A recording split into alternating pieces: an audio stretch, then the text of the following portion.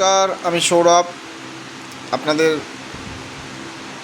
সামনে আজকে একটা আমার যে মতবাদ বলা ভুল হবে, আমার যেটা চিন্তা সেটা আমি শেয়ার করতে চলেছি। যোগ্যতা অর্জন, সেই যোগ্যতা অর্জনই মানুষের প্রথম এবং প্রধান কর্তব্য হওয়া উচিত। আপনি যদি যোগ্য হন, আপনি সেই জায়গাটাই পাবেন যেটার আপনি যোগ্য।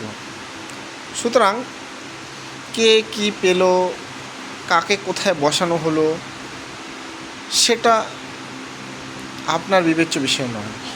আপনি শুধু যোগ্যতা বাড়িয়ে যান, আর এবং আপনার মনে যদি ইন্টেনশন অনেস্ট থাকে এবং আপনার যোগ্যতা যদি সেটা প্রমাণ করতে পারে, অবশ্যই আপনি সেই জায়গাটা পেয়ে যাবেন। আপনাকে তার জন্য কিছুই করতে হবে না, শুধু আপনার যোগ্যতাকে শুধু শান দিতে হবে।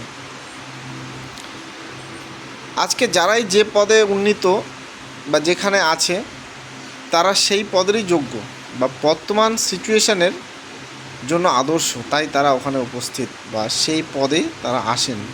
সুতরাং যোগ্যতার উপরে কোনো কথা হবে না। যোগ্যতা বাড়ান, জায়গা তৈরি হয়ে যাবে। নমস্কার।